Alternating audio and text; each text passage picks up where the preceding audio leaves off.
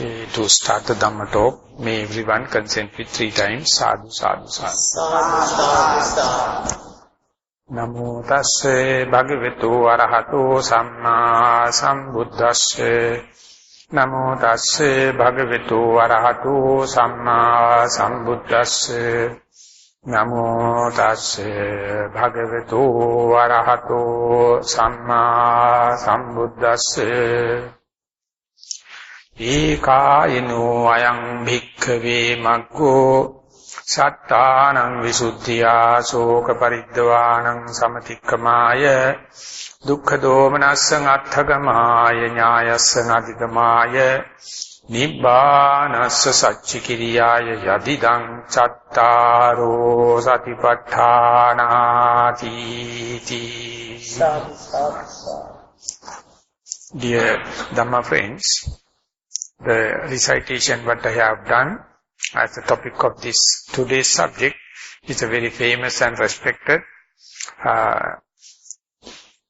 saying of the Buddha, specifically in the Theravada tradition, further among the meditation circles. It's a very famous, known as the Satipatthana Sutta, or this is the introduction for the Satipatthana Sutta. One of the specific features in this phrase is, not like the other suttas you find in the Sutta Pitaka, this one is before explaining the technique, before explaining the main theme, the Buddha phrase its benefits. That is to develop certain amount of faith, certain amount of credibility. And therefore, first of all, he explained the 7 benefits of development of mindfulness, namely purification of the being. Even that very first benefit is worthwhile, because not in any religion in the world prescribe purification of the being in this very life. All the religions are talking about some kind of purification, some kind of union with the higher beings, but everything yes, but after this life, after the death. But only in Buddhism or in the Buddha Dhamma, the Buddha prescribed same thing in this very life, so you can verify it, you can test it, you can, others also can witness it. This the first one is the purification of being. And the other one is soka paridvāna samatikkamāya, abandonment of the sorrow and the lamentation. That is also in the medical science and other insurance and all the kind of people assuring that to giving an assurance regarding the getting rid of sorrow and lamentation.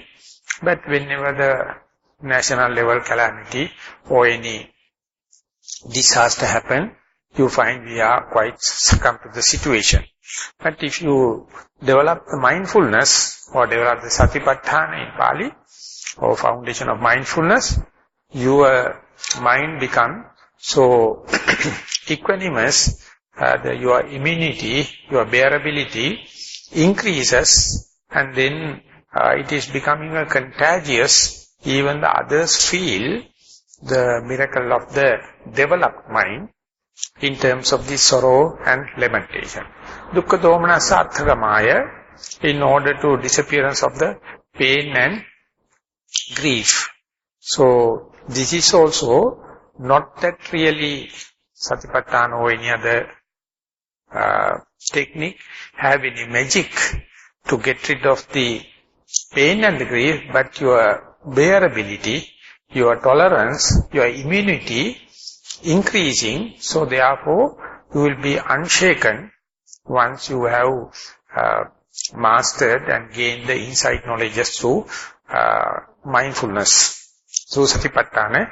And ñāyasa adhigamāya, you will understand the ways and means or tactics, not only in the spiritual and the religious way, not only the transcendental way, even in day-to-day activities, you will understand the shortcuts. You will understand the ways and means in handling day-to-day activities and in the supramundane thing also. And the final one is definitely a supramundane, the final liberation. So these 7 benefits, one by one, we can analyze in very detail, but today's my purpose of presenting these 7 benefits is to get our attention towards this practice of mindfulness. And when I was in Burma, specifically this meditation method was Satipatthana, and basically the mindfulness. My teacher, in addition to these 7 benefits, he had some insight into that, and he came out with yet another 3 benefits, completely secular, completely related with this day-to-day life. So these 7 are standard, traditional and authentic sayings of the Buddha, and together with that 3, we can understand how it is worthwhile to take time to understand them, and then how much we must justify the purification of the mind, through mindfulness. So before coming into these 7 benefits, which are very authentic, you can read by reading the books, I would like to deal the other 3, that is what my master put forward. He says that each and every human being have a very good value system, very good meaning for the healthy, secured physical health. Therefore, we daily take solid foods, liquids, and breathe air, and incessantly we keep on feeding the body, we keep on drinking, and even in the sleep we keep on breathing. And otherwise we know we can't maintain this health, we can't maintain this security, we can't maintain this immunity. But the life is not only the body. Life has the physicality and mentality, both the corporeality and the mental side. So the mind represents the mental side, mind and the mental factors. So how much do we give the attention for the immunity of the mind, the protection for the mind, security for the mind, and the health of the mind? The mindfulness is the only factor take care about the mind and develop the protection to the mind. So Buddha is the only person introduced the mindfulness as the main and more crucial factor for the healthy life of the physical and mental. And we claim we are Buddhist. But even then, if you do a social survey and ask majority of the Buddhists, what is the basic teaching of the Buddha? What is the basic, what is the crux of the Buddhism? Hardly any person will come out with mindfulness. Recently also in a talk, it happened me to indicate when the Pali Text Society people, when they come to Sri Lanka, they found that Sri Lankans are quite honestly and earnestly practicing Buddhism. So they found very difficult to convince people towards the believing on the God. But they tried their best, and ultimately they thought best thing is to understand what is the belief system. Belief system in Sri Lanka. And they found it is barbaric, it is rudimentary kind, it is a cult system. So they went into the Pali Canon. And when they are studying the Pali Canon, it took enormous time. Ultimately what they found is, it is more profound than what they find in their holy scriptures. Ultimately they set up the Pali Text Society, and for the first time in the world, translated everything into the English language. And that is still, it is valid. We get the books on the Pali Text Society. The most learned people, after going through and translating and all the kind of thing, try to reduce the theory part of the Buddhism, theory part of the Buddha's teaching, to its skeleton, to see what is the basic crux of the teaching. And they got confused. Some people came out and say it is the Four Noble Truths. Some people came out and say no, it is the cause and effect relationship. Some people came and say no, it is talking about the moral training, concentration training and the wisdom training. Some others came and say no, they are talking basically on the three defilements, the desire, hatred and the ignorance. Like their argument, they can't boil down to one single factor, because they were utter theoreticians. They were tried to comprehend the body of knowledge without descending into that, climbing down to that. So therefore, it is meaningful to have this kind of a confusion. But it's a completely different, if you look at from the pragmatic point of view, apply Buddhism, apply yourself to Buddhism and take Buddhism as a day-to-day affair, then we call Patipatti. The theoretical part we call Pariyatti, and when the practical side is called Patipatti. When Patipatti is concerned, the reducing the Buddhism to mindfulness, or take the mindfulness as the main issue, main thing you must facilitate, won't make any harm.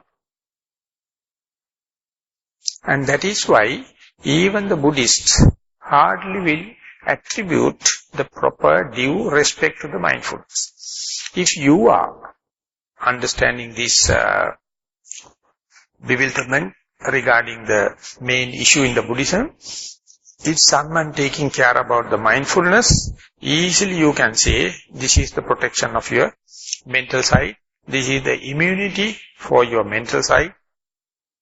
You are taking care, sympathetic care about the mind, just like the body. And to emphasize this point, the Burmese masters say, if you are not eating continuously for, we'll say, about 5 to 6 days, you start to feel weak, fainting, and difficult to continue with your day-to-day activities. And the commentators, not related to this, but they say, anyway, you can sustain your life for 7 months, 6 to 7 months without any food. If you go for hunger campaign, one Burmese monk went against the British government and he lived 167 days and then he died. So that means without food you can go for about 6 to 7 months. But if you do away with water, you may live only 6 to 7 days and you will be undergoing utter suffering due to the dehydration. But if you deprive of air, it may account for only 6 to 7 minutes. But out of these three also, in a day-to-day life, we give high value and so much of worrying about the solid food, we have very little care about the air we are breathing. So much so, we are obsessed with this eatable and drinkable, but the most important thing is the air. When compared to that, the food for the mind, protection for the mind, or the immunity for the mind, we have no concern. Unless otherwise someone come and impose upon you. Hardly any person take care about that. So therefore, mindfulness, even someone come, a benefactor come and tell you, you find 1001 reason, excuses to say not to do. That means you have have a paralyzed kind of attention towards your physical and mental health. And therefore, if someone love oneself, that is called Atta Kusala in Pali, or Swartha, he or she has to take care, at least if you are taking 23 hours to feed yourself, make drinks for yourself and breathe, at least allocate out of 24 hours, 1 hour to be with yourself, to be mindful. And that is not unjustifiable, because that you have to take care about the mental immunity, mental protection, and not a single other mental factor assure you the mental protection or immunity, just like the mindfulness. So therefore, one has to little wait and pause and see, think, are we really giving a balanced treatment to our body and mind relationship? So therefore, these masters are explaining and try to share with you all, each and everyone love oneself. Therefore, don't be obsessed with this bodily health, the bodily immunity and bodily care. Please take care about this, the mind. Because more and more you go to the old age, that become much more valuable than this outer appearance and the body. So therefore, giving the certain or due proportionate value for the mindfulness. The second thing is, the second point, the secular point is, for example, if you are even take in the aspect of bodily health and the bodily appearance and the bodily feeding, if you find any difficulty in taking meals due to a disease or something like that, no one can eat on behalf of you. You have to eat. Otherwise, your dear and near ones will find no any help. Their help is in avail, not in avail, as far as you cannot eat. The mindfulness is still serious. No one can develop mindfulness on behalf of you. You have to do it. Telling that you are very busy, telling that you have this and that excuses, never answer the question. So therefore, one or the other day, you have to do it. So therefore, postponement is just a excuse. Just like no one can eat on behalf of you, the mindfulness also one has to do by oneself. And the other side is, even if you are doing mindfulness in a respectful manner, earnest way, once you develop steadfast mindfulness, you can't give it to your dear and near ones. It is limited to yourself. Only the Buddha, out of compassion and out of wisdom, says is the way how to develop mindfulness. That's all we can share. So we are in a lucky situation because it is available now. It is now becoming somewhat popular. So therefore, the second reason why one should consider again is that one has to do by oneself. There's yet another third reason. The mindfulness you need most when you are at the face of any danger or calamity. Something like the old age, sickness, or the deathbed. But at your old age, you can't start mindfulness, development of mindfulness. It is too late. And when you fallen sick, nowhere. And nearing the death, you will be completely bewildered. So therefore, at your prime age, according to the Buddha's word, Susukala Kesa, Bhadra, Yavana, Vayase, Kalukesati Kalhi, Ame, Pahaya Hundrati, time, when the time is, when the prime age of your age, and when you are young, that is the time your faculties are bright and in shape, that is the time one has to develop the mindfulness.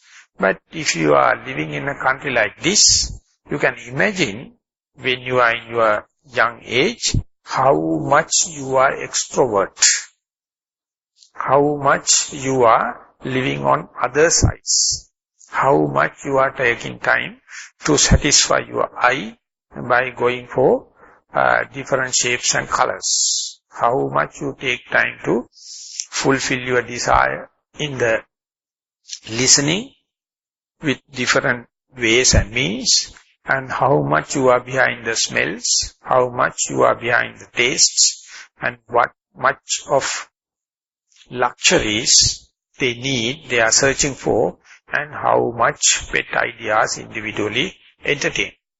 How difficult for a younger generation to get convinced towards the mindfulness. So therefore, the best what you can do, the best one can do is considering that mindfulness is the only security, only immunity to the mind. Mindfulness you have to do by yourself, and mindfulness must be ready when the difficulty arises. And this old age, the sickness and the death is invariable. No one can say, no, I am not going to the old age, I am not going to face it, sicknesses, I am not going to die. So by that time you can't do. So therefore, one has to be compassionate to oneself and develop the mindfulness. So when someone is taken that kind of a secular kind of a argumentation or rationalization, and when taken up with the mindfulness, how does the mindfulness help and give the purification of the mind? The first benefit that the Buddha recited. You can understand whenever we will put it this way. The definition of the mindfulness is be here and now. So if you can keep the mind in the present moment, here with oneself, you can clearly see that particular thing happening in this very moment never gives rise any desire or any hatred.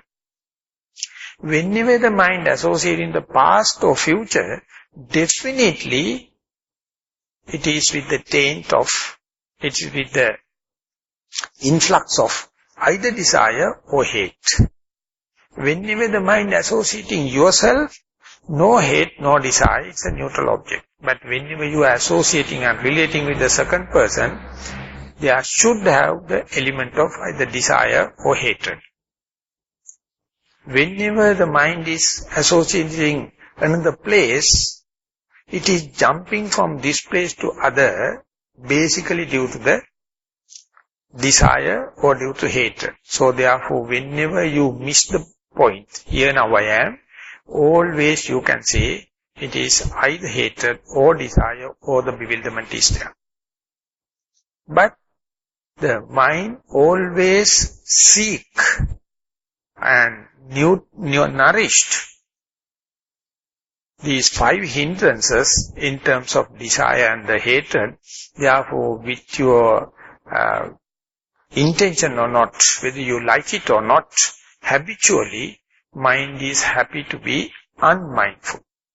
It is happy to be disoriented, time-wise in the time dimension, past and the future, space dimension, not here, instead other places, and not with oneself. So therefore, in order to keep the mindfulness, you have to understand the definition, that is, be aware of the present moment, be here and now. So it is so difficult because our mind is in such a rut, always running and disoriented from this point. So whenever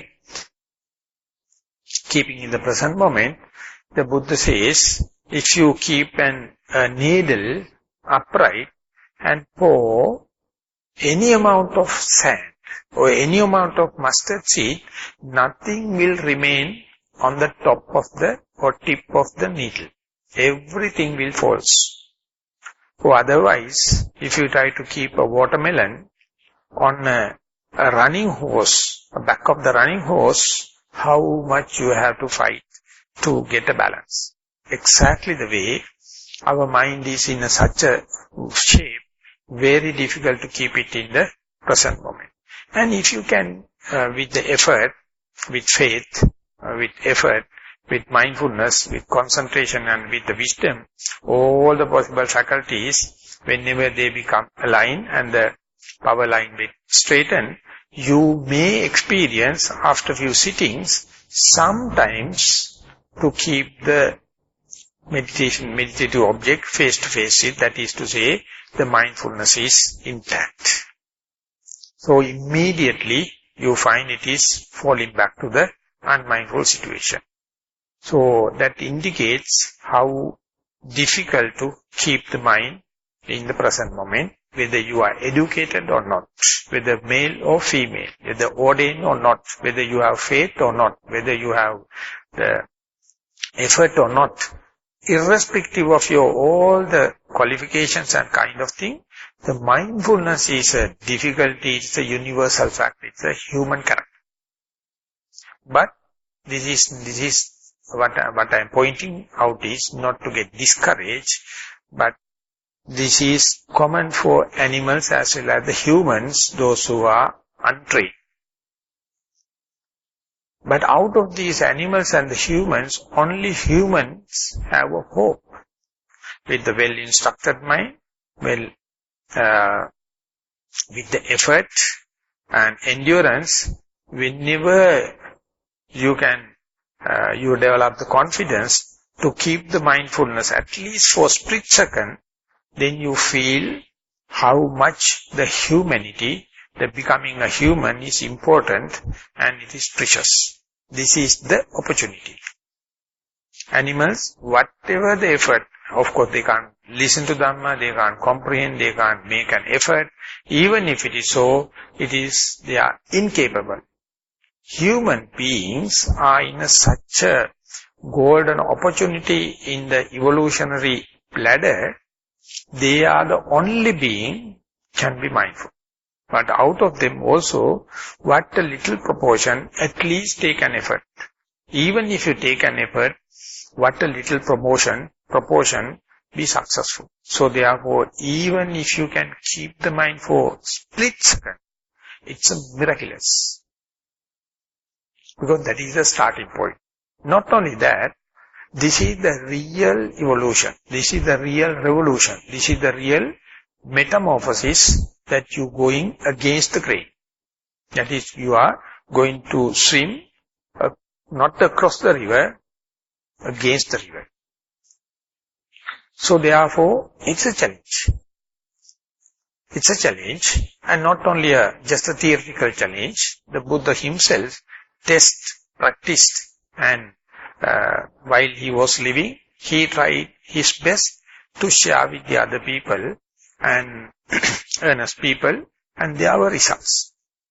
Of course, we have 1,001 reason to say it is age-old thing and 6,200 years old, and now the world is different. Now we are talking about the information technology. We are talking about this infrastructural development, political development, economical development, social development. Amidst of all these things, we don't have time. And at that time, all the blah, blah, blah can happen. But we are in a generation, for the last 20-30 years, there was a new trend. The mindfulness has redefined and given a rejuvenated viewpoint. So we have a better opportunity than our parents. When we are in Nissarana, our monastery, forest monastery, we have about average 20 monks. So I always boldly says, we monks, 20 monks, always better than our parents. Always better than our teachers. Because no one prescribed us to be mindful, no one prescribed us to be monks. They always wanted to us be successful citizens, but we were revolutionists. We were going against the parents. We were going against the teachers. But even then, we are concerned about our physical and mental health. No one can challenge. So each and everyone is having this opportunity if someone is thinking about purification of the being. So even if you keep the mindfulness for a split second, this is a proof. This is a kind of a potential to say it is possible. And the other way, if we are lucky to meet a good noble friends and good teachers and a good association, you may find with the whole effort, sometimes you can keep the mind, you can be mindful. For a split second, the meditative life means, the yogic life means, how to maintain this mindfulness for 2 split seconds, 3 split seconds. That is to reiterate the same mindfulness you erected, to keep it for few seconds. For that only whole monastic life. For that only whole meditation techniques. For that only the whole meditation centers, everything. And therefore, first and foremost is to want to get convinced that with the whole effort, I can be even for a split second, be mindful. So when we are meditating, specifically in Burma, in my case, I was there more than 3 years, and often the teacher has to justify and encourage us to keep on doing the same thing in order to continue the mindfulness. There he says, if you are observing a meditative object like in-breath and out-breath at the tip of your nose when the incoming and outgoing air rubbing, or you are contemplating on the rising and falling movements of the abdomen, he take an example.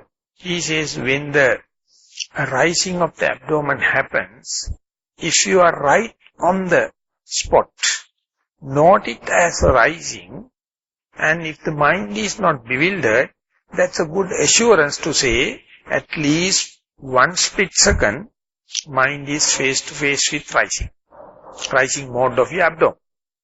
So this is an example of earned mindfulness.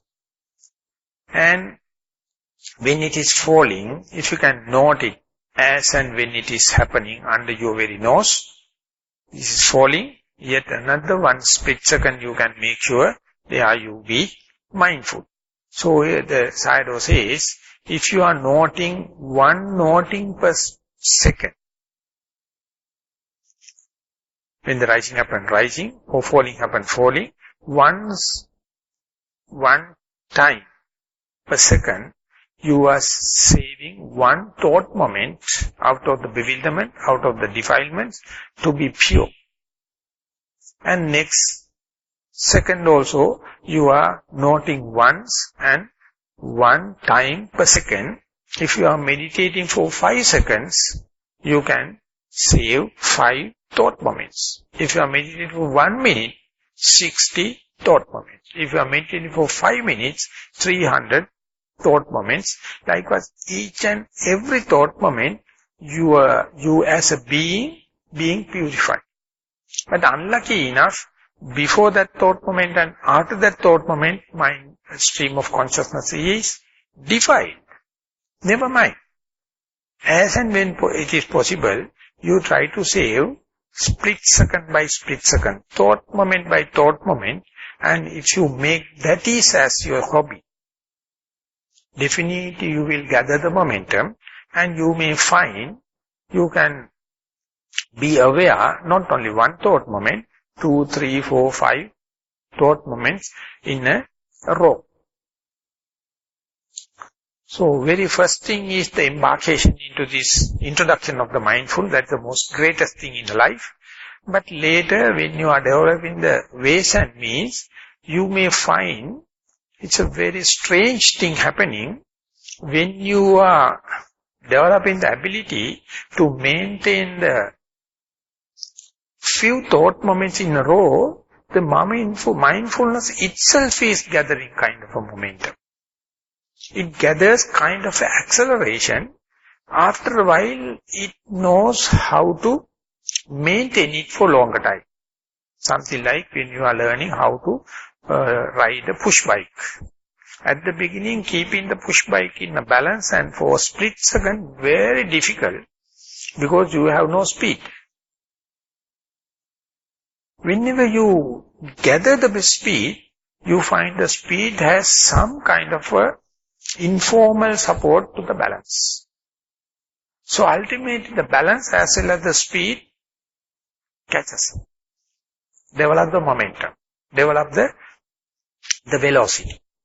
So exactly when it happens, you don't know, you become addicted to use ways and means to maintain the mindfulness. When the mindfulness gather the momentum, you are to experience the term meaning of the purification of the being.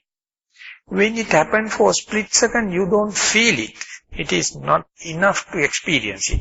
But when you are to experience the mindfulness for consecutive thought moments in a row, then you get a chance to feel, as far as the mindfulness is continuous and in the momentum, your stream of consciousness is running in the middle part, not associating the extremes.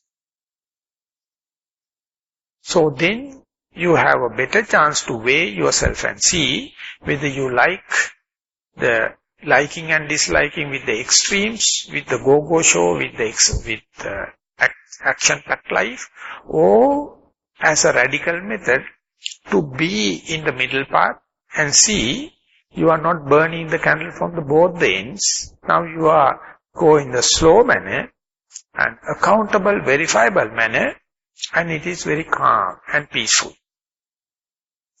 When this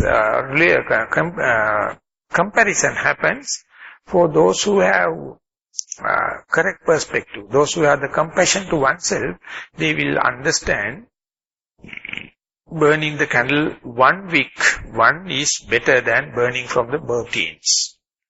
Because when you are burning the candle from both the ends, it will never burn in a healthy way. It melts down and it's a wastage. Exactly when you have no any discipline, when you are going in such a way to satisfy your seeing, hearing, smelling, touching, luxuries in the bodily and the thinking, no agenda. You can't account for. You don't know what is happening. But whenever you are mindful, you see you are fully with yourself. And therefore the Buddha, in giving some attribution to the mindfulness, he says, Chirakatampi, Chirabhasitampi, Sarita, Anusarita. That means whenever you are mindful, far away things you have done or whatever you heard will be well remembered. Because you do it, whenever you do mindful, you do it wholeheartedly. You are fully in it. So therefore, it has a deep memory. So if you wish your children or for you to have a good memory in studying or in kind of thing, do mindfully. And if you wish to do some sums in arithmetic or any kind of this, try to do it mindfully. When you are drawing arts, try to do it mindfully. And then you can understand you are fully entertaining it. And the memory is photostat memory. But instead what happened in the present day world is, you are doing many things at a time. And everything happened in the absent-minded or unmindful way. So ultimately everything contribute for the chaotic situation rather than sorting out. So therefore, definitely you will come out and say, how can I be mindful in the 24 hours because I have so much of task force and limited with the time and kind of thing. So therefore, you can't, definitely you can't. So what you have to do is, you have to do it in the experimental basis, get about 30 minutes or 1 hour, try to be with yourself. And if you are doing the day-to-day activities, within that hour, what you selected as to be mindful, try to do things in slow pace, slowly, and determine to be mindful and listen to your own sounds. And if it is only happening by yourself, that is much, much, much effective rather than socialization. So, whatever the time you allocate, try to be with yourself and do slowly, determine to be mindful and listen to yourself, and then only we can say you are living. Otherwise, you are always trying to live. You are living in dreams. You are living either in the past or the future. So therefore the Buddha says, sometimes in the literature, the mindfulness is compared with another synonym known as appamada. So it's a very famous, Buddha says, appamado amatapadam pamado macchunopadam. If you are diligent and mindful, it is you are towards the path toward the deathlessness. If you are negligent and unmindful, even if you appear to be living, you are already dead. Apamado amatapadam, pamado macchunopadam, apamatta namiyanti, ye pamatta yatamata. So therefore the whole world, very busy, they are doing something they don't know, so therefore always they are dreaming, they are trying to live. They never live. Because the life is in the present moment. If you are not aligning yourself into the present moment, you may be living 120 years or 100 years, not a single moment you are living. One famous speaker in the Deepak Chopra, one day when he is emphasizing, he says, when a person living for 120 years, maybe 100 years, according to the Hindu tradition, he get Ayu or the longevity in terms of breaths. He says if you are endowed for 100 years, you will get 13 million breaths.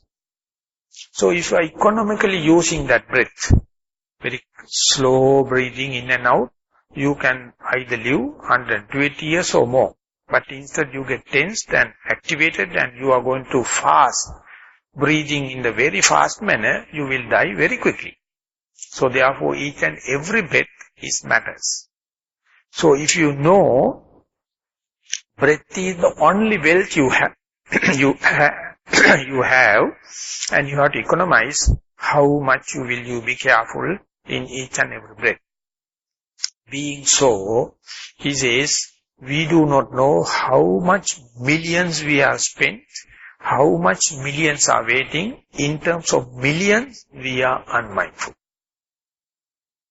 But at the deathbed, we will be very serious to have at least 5 breaths more, or 1 breath more. We will ask our Almighty God, oh God, give me 5 breaths more. But when we are living in the day-to-day life, we are so careless. So the Buddha take the breath as the pivot or the object of meditation. He asks, don't do fast breathing, don't do slow breathing, just let the breathing to happen. Be fully vigilant, be fully mindful, be fully diligent to observe the breath. Then you can say you are living with yourself, or you are living. And not only that, it is contributive towards the purification of the mind. And when and where, when you are living with the breath in the present moment, when and where the desire arises, when and where the hatred arises, when and where the bewilderment arises, you can understand as turbulence. The mindful thoughts are the current without turbulence. The defilements are turbulence. So whenever you observe, when the mind is mindful, attentive on the subject, meditative object, then you can see very docile, very unturbulent stream of consciousness. Whenever the defilement comes, it appears like turbulent, but untrained people consider it as very colorful and eventful. They try to make it more and more turbulence. The present day advertisements are the best example.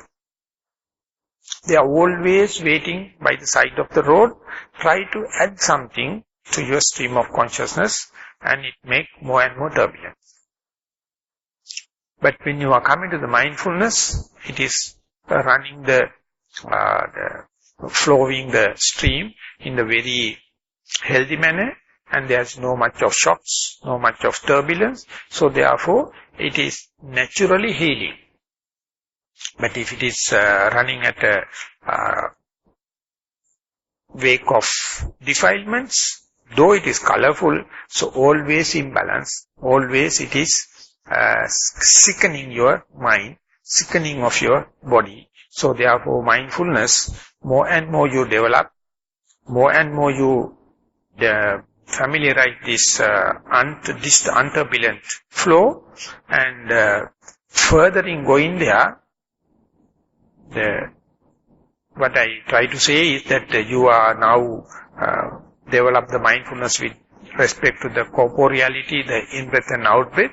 When the mind calms down, when the mind becomes mindful, slowly it will refine to see the feelings, some mental aspects. And once the feelings become familiarized, the mindfulness is fully ready to see the consciousness as such.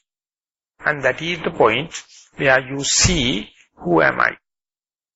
Till that, you may be a historian or geographically expert or any kind of thing, everything extrovert. But if you ask the spiritual question, who am I? You are definitely at lost. But whenever you are do mindfulness in the Kayanupassana, in the contemplating the body in body, you know part and parcel of the corporeality, and then when the mind becomes calm and tamed, concentrated, mindful, naturally it is going to the feeling and it go to the consciousness, and once that is also endowed with, it will go to the whole phenomena, and then you can understand the other person you are associating, other phenomena, what is happening in the outside, because once you understood here and now, the knowledge becomes universal. Of course, it happened in the advanced level of insight meditation and the mindfulness. Till that, you as well as the outsiders will accuse you, telling that you are very selfish, you are concerned only yourself, you are concerned about your immunity, and you are not taking care about the society and everything. But in the philosophical way, in the broad picture, once you are aware of yourself, that you are understanding the human mind, and you can easily understand other mind, whether it is meditative or not. And that day you will understand the whole world is a holographic. One single point represents the whole universe. Whole universe represents one single point. And therefore the Buddha don't allow us to go to the cosmic studies. He is not asking us to use telescope, and he is asking to put the knowledge introvert, that is what we call insight, and when you go there, there's an end. But when you are focusing outwardly, there is no end. Therefore, all the top-ranking scientists, they know they have misled the humanity. For 200 years, they pull the whole attention extrovert, and they know they are completely chaotic. But the Buddha, much before, at that time also there were some the astrology or the Ayurveda and kind of thing. He never dealt with them. He will put introvert, and there may be an end. And there you will slowly purify yourself, understand yourself. In that way, you can understand the Soka Paridhavana Samathikamaya, why people are creating their own suffering. Why people are going chaotic to chaotic situation, because they are extrovert. They never give due attention for the mindfulness, due attention for the protection of the mind. So therefore, going chaotic situation. But whenever you become mindful, you will understand some changes in your character. You will never try to be smart. You will never try to be good. Instead, you will take double care not to do harm, not to do any violations, so that you will take care. You will take care about yourself. In same coin, you are taking care about the society also. So therefore, soka paridhavana, that means the grief and lamentation, and the pain and the grief, all the kind of thing, you can see through. That does not indicate you are going to cease the grief in the world, grief in the pain in the world. But you can see through, and you can be unaffected. You can be indifferent and equanimous towards that, so that your field, your range will be slowly increasing, and understanding will be increasing. And it will never, for my personal experience, never hinder your understanding of other subjects, your understanding of other skills. Ever these things will be increased or galvanized or reinforced. So therefore, whatever the subject you are doing, whatever the skillfulness you are developed, nothing to give it up. For the moment, leave it aside. Take the time for mindfulness. Once the mindfulness come into proper shape, all your skills, all your knowledges will be more valuable, and you will understand how, if you are a farmer, how to take the example from the farming life to develop mindfulness. If you are an academic person, you can get the 1001 examples in the academic life in order to facilitate the mindfulness. If you are a housewife, you can get 1000 examples. Likewise, you will learn ways and means, because your way of life is irrespective as far as the bearing towards the mindfulness is concerned. So therefore, once you given the start to be mindful, and second, given the mindfulness, the steadfastness, continuity, then you will understand it is ever catching, just like a bad habit. You know, bad habits are, once started, it gathers the momentum. Mindfulness is exactly the same. It's a good habit. When you started, it keep on catching, and specifically you will understand when you are in the proper track, you will meet yet another very mindful people, and you will listen more and more mindful talks. If you are not interested in mindfulness, and if you are not appreciating, you will never meet other mindful people. You will never listen and entertain other mindful talks. So therefore the Buddha says, once you started, it has openaika. Openaika means leading more and more in deep into the mindfulness. You will see more and more mindful people. You will see more and more Dhamma, more and more truth related to the mindfulness, and the snowballing effect happens. Your momentum will be increasing, and more you learn the ways and means. Ultimately, the so-called distant task of enlightening in this very life, or fulfilling your mindfulness up to your satisfaction in this very life, becoming a possibility. And for the last 50 years, that is to say from the Buddha Jayanti to present day, these are huge differences took place in countries like Sri Lanka. Social scientists went on and doing the research, and they come and say, now within that 50 years, now people believe in the society at large, meditation is a productive thing. Earlier it was a spiritual thing. It was mystics. Those who meditating are considered as mystics, wizards, but now it has become scientific.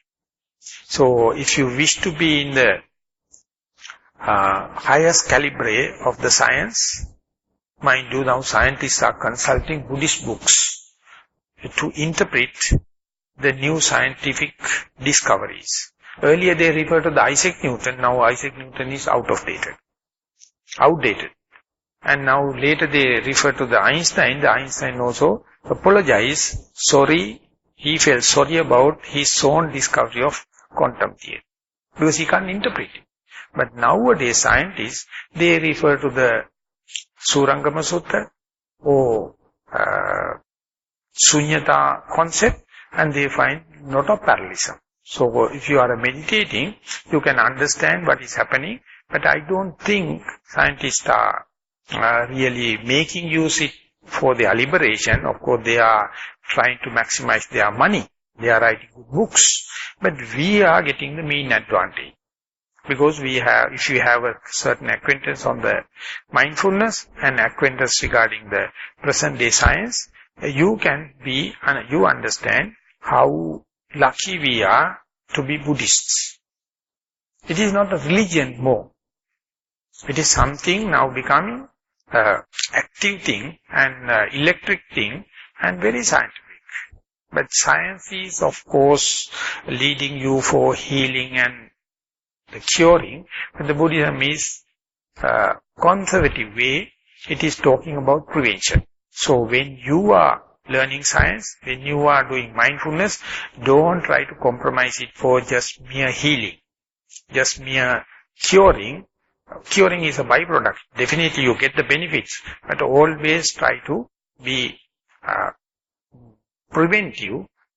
Rather, prevention is better than cure, and then it is leading, cutting through all these 7 benefits, and you can experience in this very life, even not the final liberation, the time invested is definitely payback in the higher interest. So therefore, if you love yourself, if you have any sympathy and compassionate towards yourself, do it.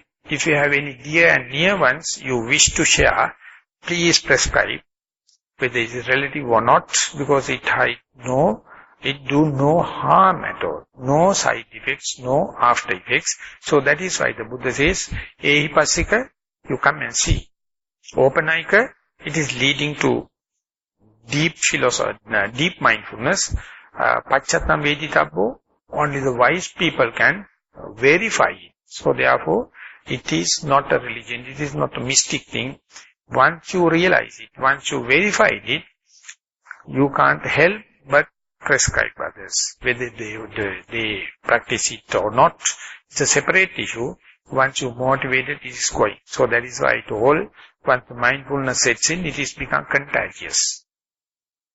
Wherever you go, you meet mindful people. Whatever you talk related to the mindfulness. Therefore, others also get the good vibration. American says it is good vibes. If you can live with the mindful people, definitely with time, you slowly understand the mindfulness. So my whole talk today also on the same subject. I hope it helps someone to get a good introduction about mindfulness, and for those who are already have some acquaintance to accelerate and reap benefits as quickly as possible in this very life. So I thank you very much for the listening. That is the end of my talk. Sadhu, sadhu, sadhu. So we have taken about 1 hour. So if any comments available, I welcome. Anything to be commented or any questions are there, we can take little time for a discussion. Okay, if there are no questions, we can.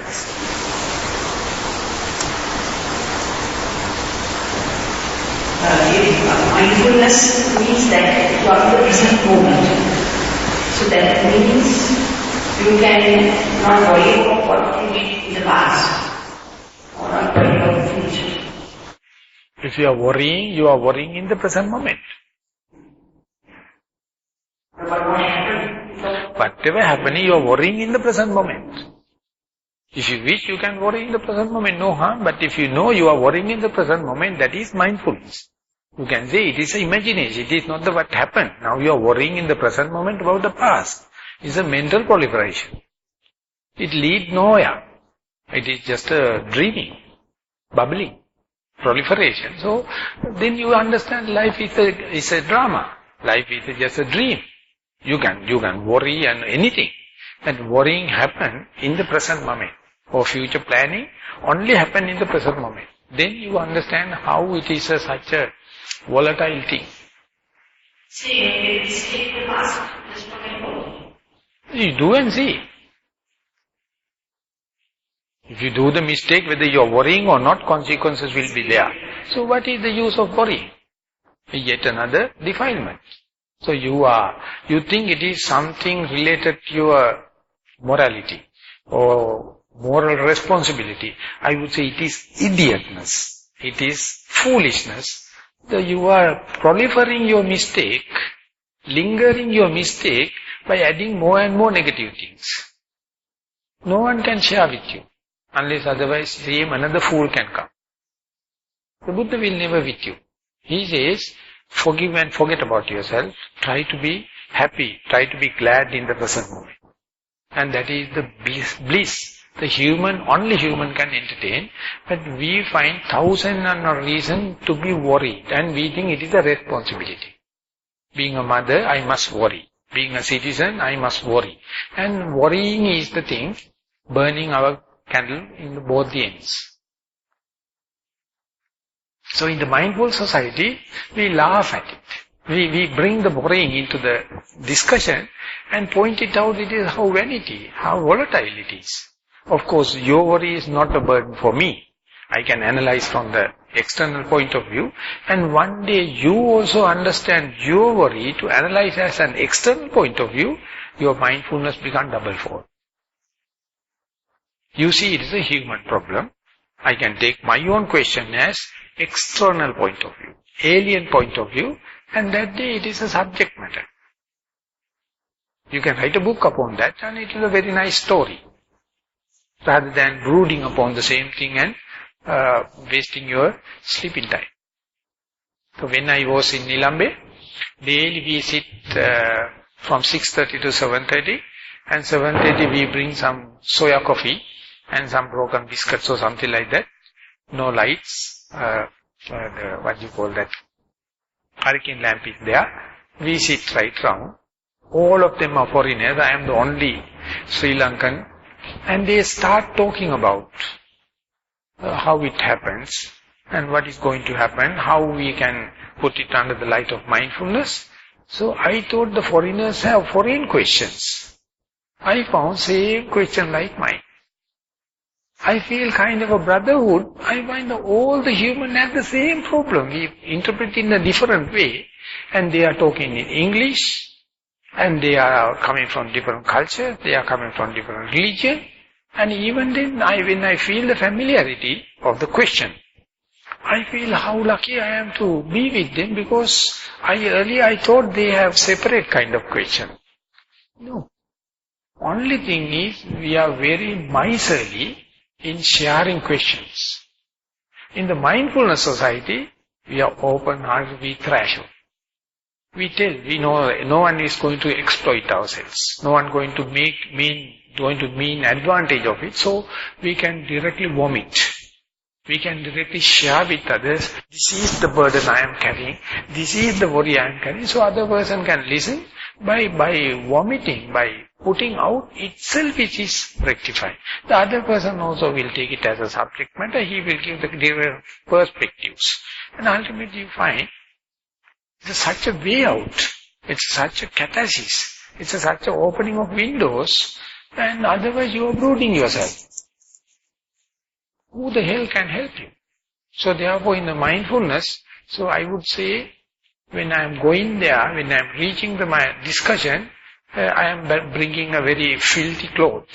But over there I wash it completely. On the way back, with the new fresh cloth. Because that kind of a washing, that kind of a purification happen in the discussion itself. So otherwise, thanks to the discussion, I became a monk. Never otherwise, because I know nothing about Buddhism at that time. I have no any experience in mindfulness also, but in the discussion I get the sharing. I feel every person is sharing the same problem. They can define the problem, I can't, and they have tactics. So therefore it is developing the immunity. Before the war, you develop arm training. So when you go there, you are fully immunized. I would like to add a comment, something on that same wavelength what you raised. Now, at the first level of mindfulness, when we start to live in the present, whether when you have a hateful feeling or a sorrowful feeling or even a lustful feeling, you start to see that I am having it.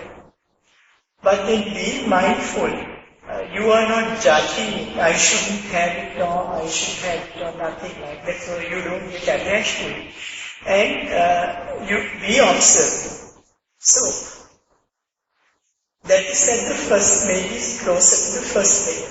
But when we develop further in this path, in the mindfulness game, if you call it a game,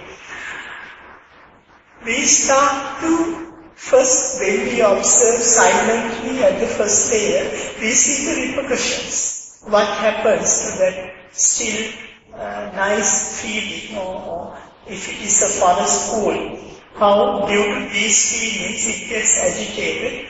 In a very unconditioned way, we get the feeling. Then, so that is just observing that without reacting.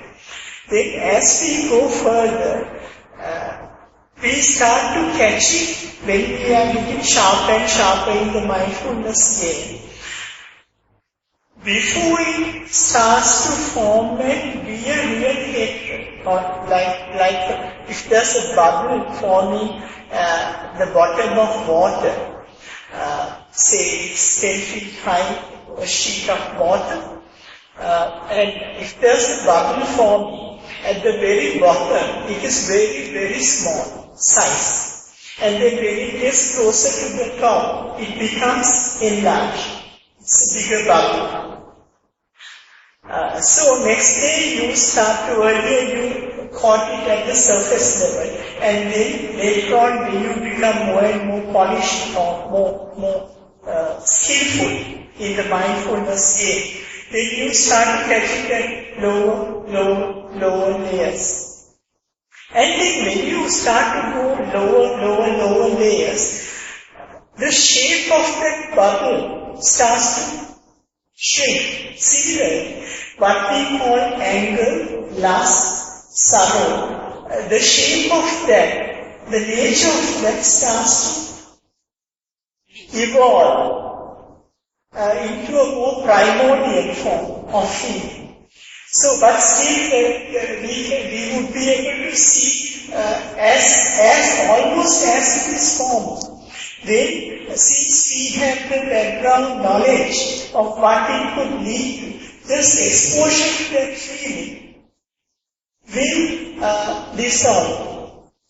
You can't at that very early stage, it does not form to that kind of sorrow. So if you feel that being mindful at the first layer, okay, being now is being open to sorrows, being open to anger, being open to lust. But then, when we further advance in our practice, we start to be more skillful, and you can hardly call it lust or anger. But since we know what it will be like when it is fully formed, maybe at that level it starts to as it is forming, because it is not what you see at the top. It's an evolution. But we know that we are not forcing to stop it. Just with that light, the Bhante told us in the morning, when the flashlight is there, just by knowing it, then the power diminishes, and maybe it will not come to that level. Nipping at the butt level. Nip it at the butt level.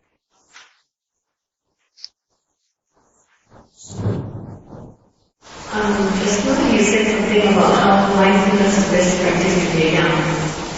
How mindfulness? Is best practiced in lay down. Yeah.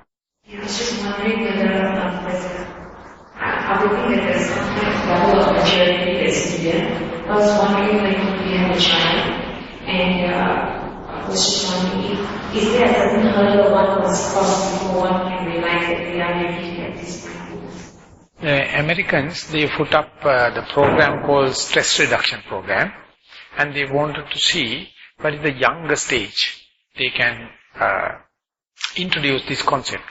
They have started at the grade 4, that means age 10. At that level, they have studied the children. Whenever the teacher is not there, they are quarreling each other and bullying each other. And therefore some suppressed kind of thing, always cry.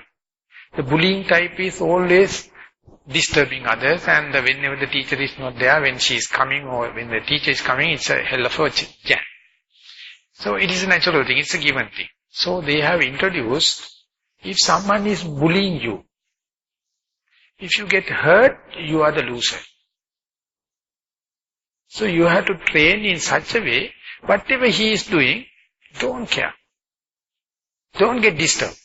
And they repeated this message each week, generally for the bullying person as well as the suppressed. So they expect to kind of imbibe in the message and some kind of changes. And after 2 years, they found there were some young children, whatever the other person is doing, don't care. Never get angry. And ultimately, the bullying person found there's no avail of doing all the kind of things. The other person is not care. So ultimately, at the grade 6, they have thrown a social survey technique question paper for the young children to answer it, and then found a very, very nice girl, is very smart, and no one can disturb her. So then after selecting, she has the teachers and the social survey people are asked, if you are to teach this to your peer group, what is the best technique? This is not possible. It is completely instinctual. It is not, no, you can't teach it. If you catch the message, you catch. If it is not, it is not. So then, it is partly you have to accept it, because you are given the same lesson for everyone, but very rarely one person accepts it. If someone can disturb you, what a kind of a personality you are. Not the person disturbing, you yourself has to understand how inferior you are.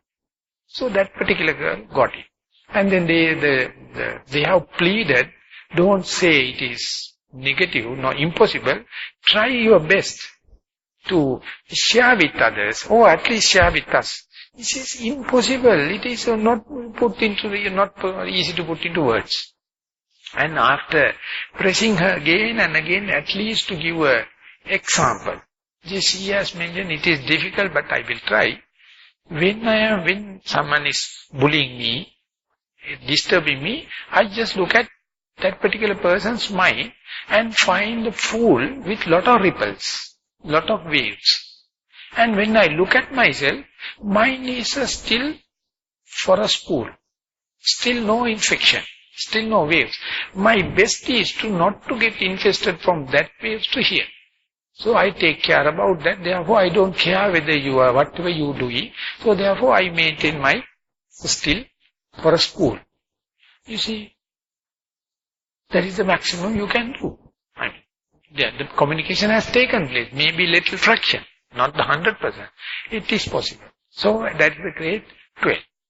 So when I was in Melbourne, we had a 10-day retreat and about 60 people. It's a very nice atmosphere because it's residential.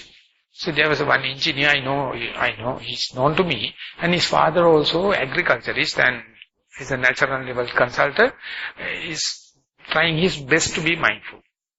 And not a monk, but just like. And he is interested in making his younger son or engineer to be mindful, but he is a rationalist. He is a materialistic rationalist. So one day he introduced and he came to me. I told, I have no hope regarding teaching mindfulness. It is none of my business. I never have that kind of hobbies. Yes, people wish, if they wish, they will come, then I will share. I have no idea. So I recommend them the power of mindfulness. So he read it, And next day he came and asked, this is not a religion, this is a scientific thing. I read the book, I feel like practicing. It is up to you. Never mind. So for that retreat he was there with his wife.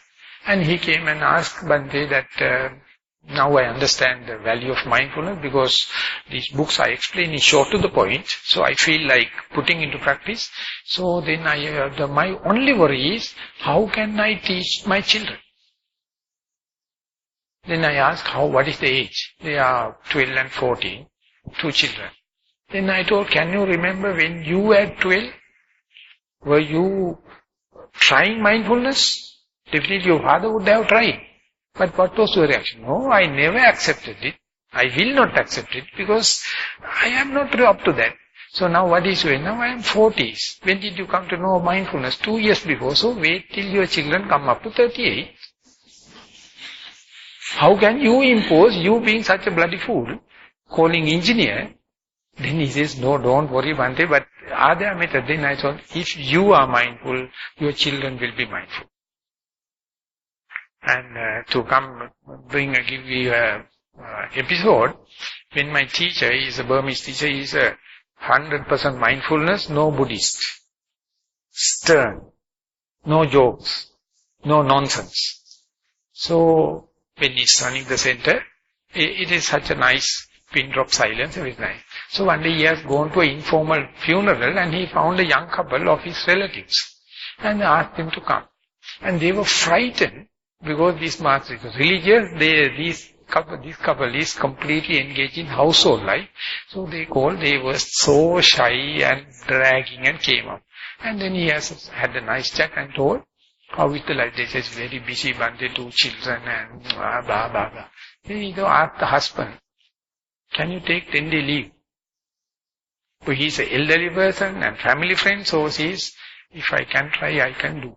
So take 10-day leave, send the wife to my center, I want to teach her mindfulness. They can't say no. Ultimately the wife came.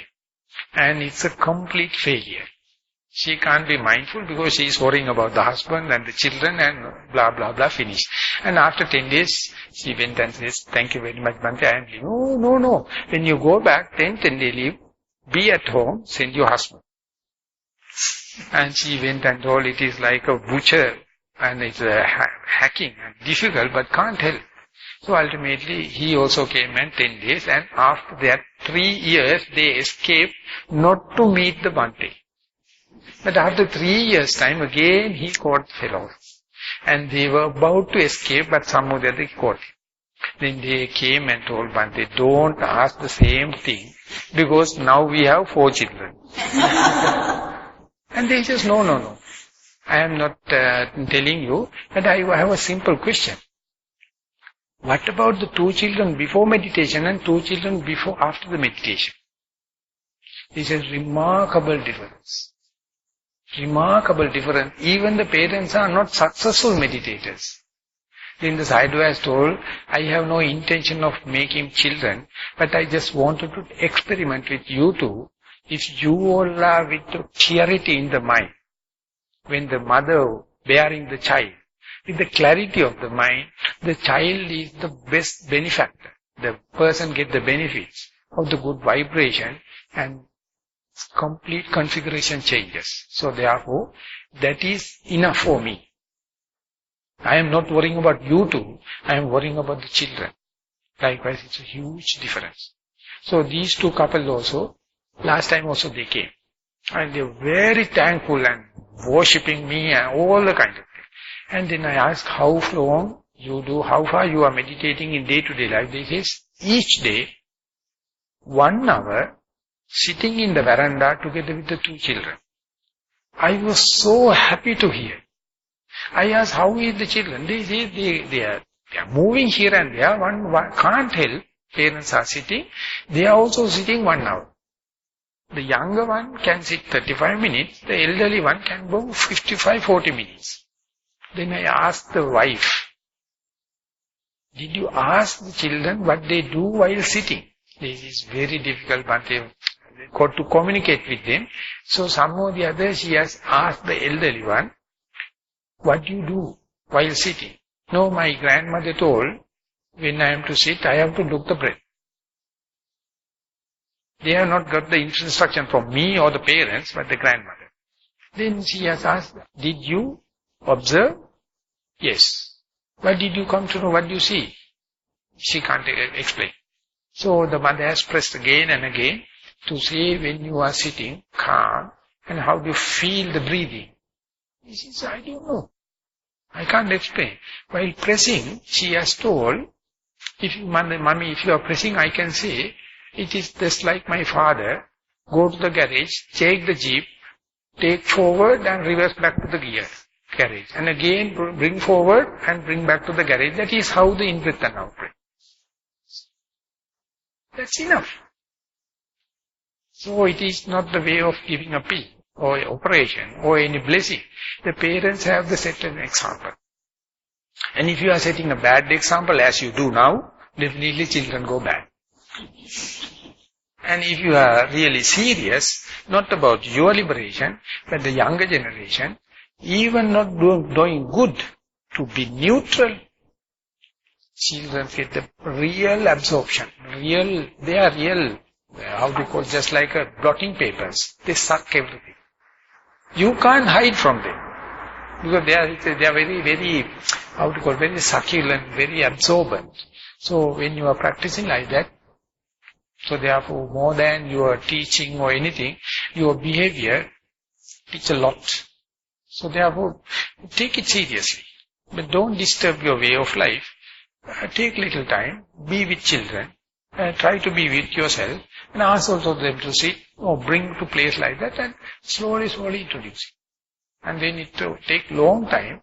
So one day I went to Kandy, and it was a normal Dana ceremony. It was very rarely I go to families. And when I go there, the normal Dana happens. I gave a little sermon, and on the way back, a very elderly woman came and worshipped me, just like as if she is worshipping the Buddha. So devoted. Then I asked her, why you are worshipping me like that? How do you know whether I am a virtuous person or no, never mind. We know the monks. And monks are the real people bringing the message. Then I told, all the monks are not in the same way. How do you know that I am the meditating? What? No, I don't care. Because one monk, known that Dodambala Kavidaja, who teach the meditation, he helped me in meditation when I was in 17. I got the message. Then onward I got married. Now I am a grandmother. I have taught 3 generations the meditation.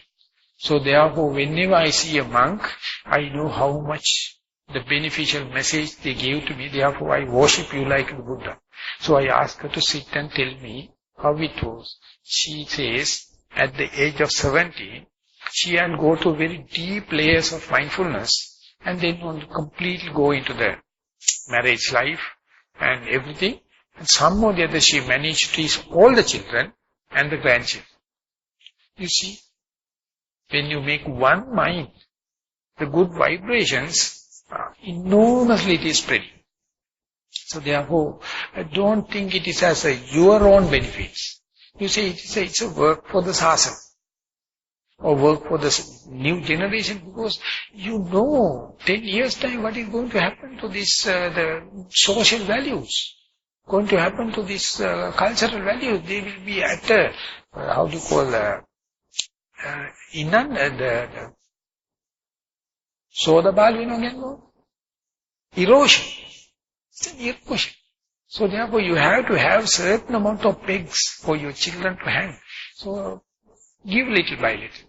And don't try to do accelerated way. Don't try to give don't try to be smart. Slowly it happens. And I am very poor in teaching children and kind of thing, but I really admire them. Because simple fact is, they are, whether you not do or know or not, they are always mindful. Children are always mindful. They do one thing at a time and they do well. They have no complication. We find difficult to define the mindfulness. Children are really exemplifying mindfulness. We have to get their grace. Learn from them. Don't try to teach them. Learn from them how nicely they are mindful. When they are eating, they are eating. When they are playing, they are playing. We are the elderly people with complications. So, doing with the children, I know, it's a very difficult thing if you have few children for the class or the mother. You are so occupied. But if you see them as blooming flowers and look at from the eyeglass through the mindfulness, it's a reciprocal or cyclic message from the parents to the children, children to the parents. So, you have to work out your own way, out of compassion.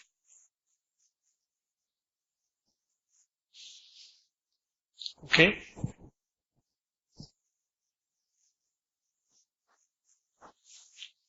Keep it up. Fasting. 14. So that means, we are off the time. So I suggest to sum up the situation by chanting the stanzas so that we will be sharing merits with all the seen and unseen beings, and we will share with all the relatives and straightening of our objectives. With that, we will go for the traditional chanting of Ettavata Chammehi. Ettavata Chammehi Sambatam Punya Sambatam Sabbi Divan Modantu Sabba Sampatti Siddhya. Ettavata Chammehi Sambatam Punya Sambatam Sabbi Bhuta Sabba Sampatti Siddhya. Ettavata Chammehi Sambatam Punya Sambatam Sabbi Sattanumodantu Sabba Sampatti Siddhya. Akasattha ca Bhummattha Devanaga Mahittika Punyantang Anumoditva Chirang Rakkantu Sasana. Akasattha ca Bhummattha Devanaga Mahittika Punyantang Anumoditva Chirang Rakkantu Desana. Akasattha ca Bhummattha Devanaga Mahittika Punyantang Anumoditva Chirang Rakkantu Mang Parang. Idang vo ñātīnaṁ hotu sukhitā hontu ñātiyo. Idang vo ñātīnaṁ hotu sukhitā hontu ñātiyo. Idang vo ñātīnaṁ hotu sukhitā. Imina punya kammene mami bala samagamu. Satang samagamu hotu yava nibbāna pattiyā. Imina punya kammene mami bala samagamu. Satang samagamu hotu yava nibbāna pattiyā. Imina punya kammene mami bala samagamu. Satang samagamu hotu yava nibbāna pattiyā. Sadhu, sadhu, sadhu.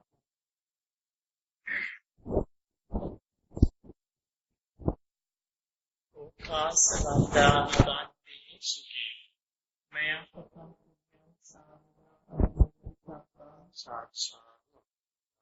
Samna Patam Punya